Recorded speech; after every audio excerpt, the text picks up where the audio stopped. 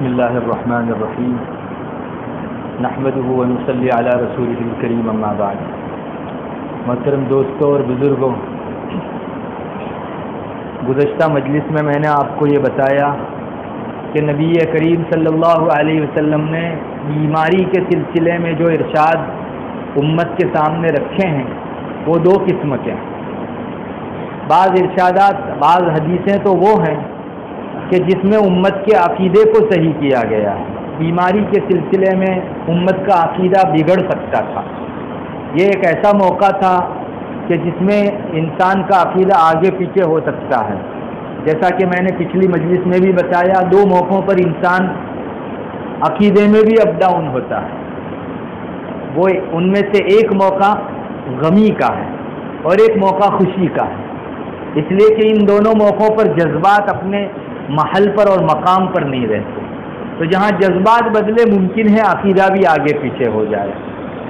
تو آپ صلی اللہ علیہ وسلم کے بعض ارشادات وہ ہیں جس میں بیماری کے وقت مسلمان کا عقیدہ آگے پیچھے نہ ہو پائے، اس کے لیے آپ نے اصلاح فرمائی ہے. اور دوسرے ارشادات بیماری کے سلسلے میں وہ ہیں جس میں آپ نے دوائیاں بتائی کہ اس بیماری میں یہ کھاؤ گے تو اچھا ہو جائے گا، شفا یاب ہو جاؤ گے. انشاءاللہ اس کو آگے ذکر کیا جائے گا. پچھلی مجلس میں نے آپ کے سامنے ایک ٹکڑا مختصر سا نبی کریم صلی اللہ علیہ وسلم کی حدیث کا رکھا تھا. ویسے حدیث بہت مختصر ہے، لیکن ہمارے عقیدے کو بیلنس کرنے کے لیے، درستگی پر قائم رکھنے کے لیے بہت بڑا ٹکڑا ہے یہ.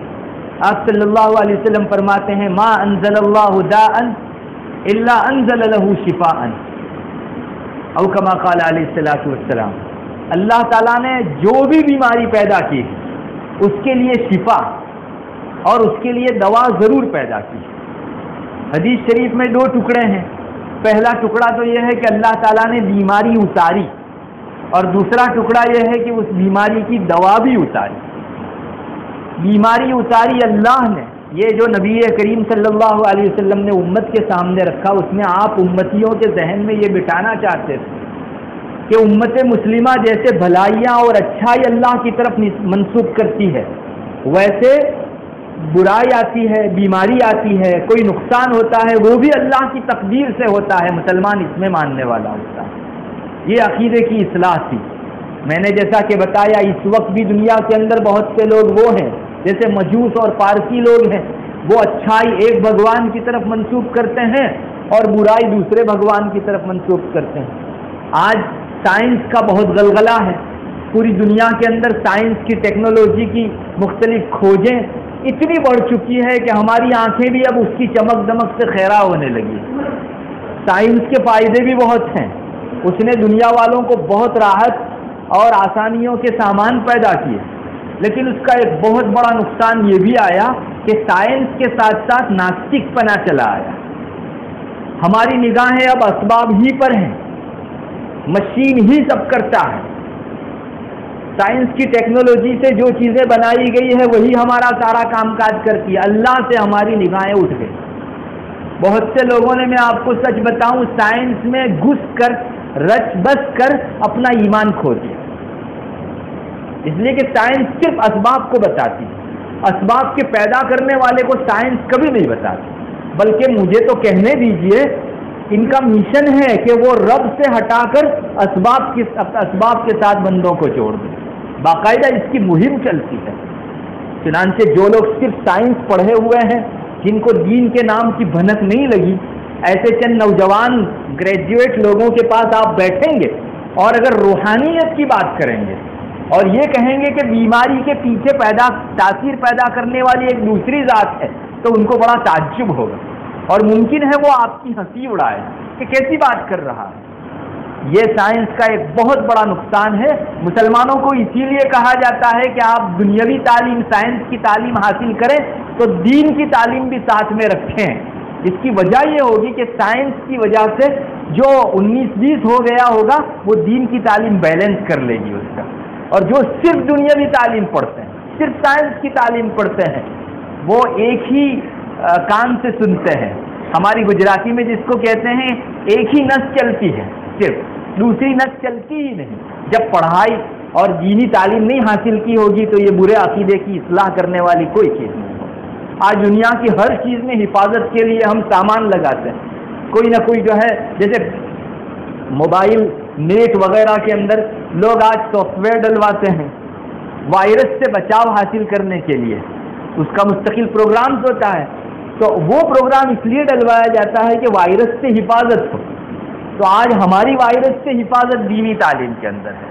بہت غلط سوچ رہے ہیں وہ ماں باپ جو صرف دنیاوی تعلیم دلواتے ہیں اپنے بچوں کو اور مکتب کی تعلیم کو کچھ نہیں سمجھتے، کوڑا رکھتے ہیں. ان حضرات نے اپنے بچوں پر بڑا ظلم کیا کہ صرف دنیاوی گندی تعلیم تو دی، لیکن اس کی اصلاح کے لیے وہاں جو خراب چیزیں تھیں اس کو نکالنے کے لیے جو دینی تعلیم کی ضرورت تھی اس سے اپنے بچوں کو کوڑا رکھا. میرے بھائیوں، میں اتنا کہنا چاہ رہا ہوں کہ آج سائنس کے زمانے میں نبی کریم صلی اللہ علیہ وسلم کا یہ ارشاد کہ بیماری بھی اللہ اتارتا ہے، یہ بہت بڑا مینار نور ہے، ہمارے لیے رہنمائی کا ایک بہت بڑا ذریعہ اور سبب ہے. آپ کو معلوم ہونا چاہیے سائنس کہتا ہے کہ وائرس ہی بیماری پھیلاتا ہے.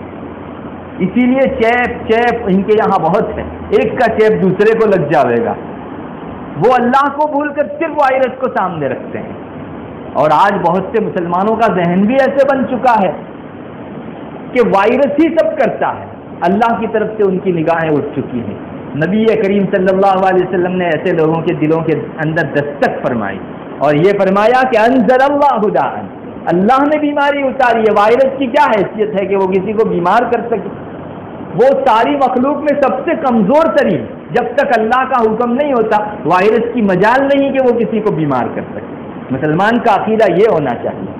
تو ٹکڑا بہت چھوٹا سا ہے، لیکن آج کے اس گندے اور پرفتن زمانے میں اور عقیدے کو خراب کرنے والے زمانے میں اتنا ٹکڑا اگر کوئی اپنے ذہن و دماغ میں بٹھا لے، بیماری بھی اللہ نے اتاری ہے انشاءاللہ، کبھی یہ راہ سے بھٹکے گا نہیں. کتنا چھوٹا سا ٹکڑا ہے. آپ نے فرمایا انزل اللہ داء، بیماری اللہ نے اتاری. اور نبی کریم صلی اللہ علیہ وسلم کے زمانے میں بھی کچھ اس طرح کی ذہنیت لوگوں کی بنی ہوئی تھی. عرب میں جو جاہلیت کے دور میں بدو تھے، گاؤں کے رہنے والے تھے، بلکہ شہر میں رہنے والے لوگوں کا بھی ایک ماننا تھا کہ یہ وائرس اور جنتو ہی بیماری پھیلاتے ہیں، اللہ تعالیٰ کی طرف نسبت کرتے ہی نہیں تھے. چنانچہ وائرس سے ایسے ڈرتے تھے جیسے اللہ سے ڈرنا چاہیے. نبی کریم صلی اللہ علیہ وسلم نے اسی زمانے میں ان کے اس ذہنیت کی اصلاح فرمائی. آپ نے ایک چھوٹا سا ٹکڑا، اتنا چھوٹا سا فرمایا، لا عدوہ، چیپ لگنا کوئی چیز نہیں ہے. ایک انسان کا وائرس دوسرے انسان میں جا کر اس میں بیماری پیدا کرے بذات خود، آپ نے اتنے سے ٹکڑے کے اندر اصلاح فرما دی. لا عدوہ، چیپ لگنا کوئی چیز اسلام میں ہے ہی نہیں. اب واقعی کیا ایک مریض جس کو کوئی بیماری ہو، وبائی بیماری ہو، وہ دوسرے کے ساتھ اٹھتا بیٹھتا ہے تو واقعی چیپ نہیں لگتا یا لگتا ہے؟ تو اس سلسلے میں علماء کی، محققین کی ایک جماعت تو فرماتی ہے کہ رسول اللہ صلی اللہ علیہ وسلم نے نہ فرما دیا کہ چیپ لگتا ہی نہیں. اس لیے ان کا ماننا یہی ہو گیا کہ چیپ کوئی چیز نہیں ہے. آپ بیمار کے ساتھ چاہے وبائی بیماری والے کے ساتھ بیٹھو، اس میں بیماری لگے گی تو اللہ کے حکم سے لگے گی، چیپ سے کبھی نہیں لگ سکتی. اگرچہ دوسرے ایک جماعت محققین علماء کی یہ بھی فرماتی ہے کہ نہیں، ایک انسان کا وائرس دوسرے انسان کے اندر جا کر اللہ کے حکم سے بیماری پیدا کر سکتا ہے. یعنی چیپ کی حقیقت ہے، مگر برائی اس چیز میں ہے کہ وائرس کی طرف ہم اس کی نسبت کریں. آپ صلی اللہ علیہ وسلم نے جو فرمایا کہ چیپ لگنا کوئی چیز نہیں، اس میں آپ یہ فرمانا چاہتے تھے کہ وائرس سے چیپ نہیں لگتا. ہاں، وائرس جاتا ہے لیکن اس کو اللہ کا حکم آوے تو وہ اثر کرتا ہے، اس کے بغیر وہ اثر نہیں کر سکتا. علماء کی ایک جماعت یہ فرماتی ہے اور بہت سے حضرات نے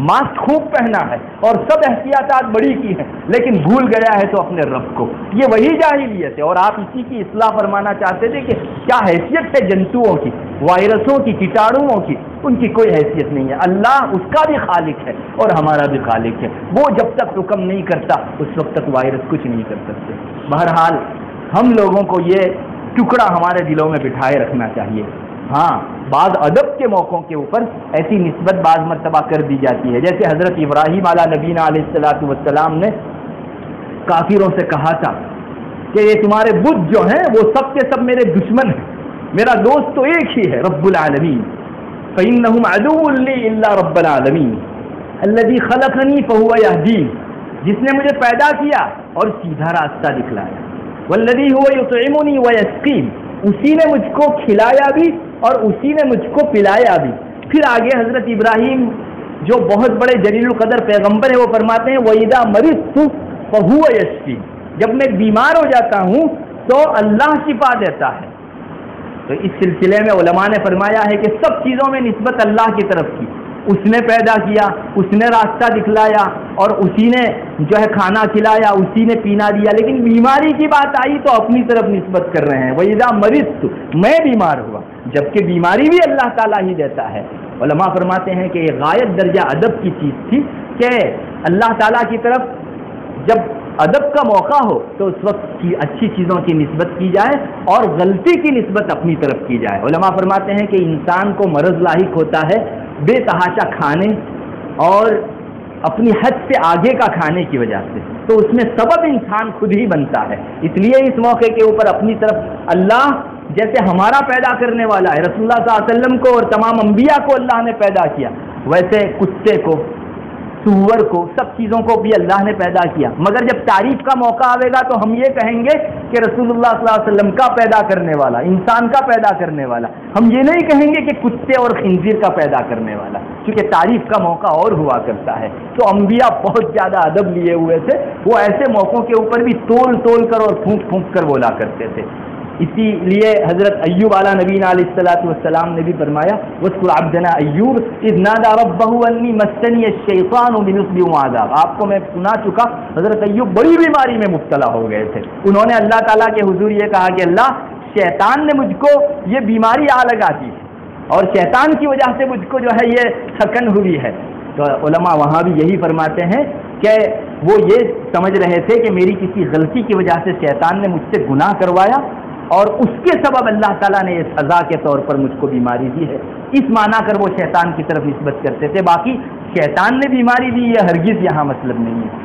بہرحال میں آپ کو خلاصے کے طور پر کہوں گا، ایک بات دل میں بٹھا لو، وائرس کچھ نہیں کر سکتا جب تک اللہ تعالیٰ کا حکم نہ ہو. بیماری بھی اللہ اتارتا ہے جیسے شفا اللہ اتارتا ہے.